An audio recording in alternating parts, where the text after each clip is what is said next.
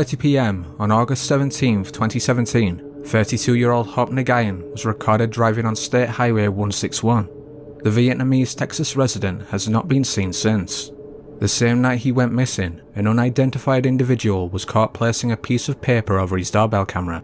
To further conceal his identity, the figure approaches the door backwards, before it sounds like he enters the house.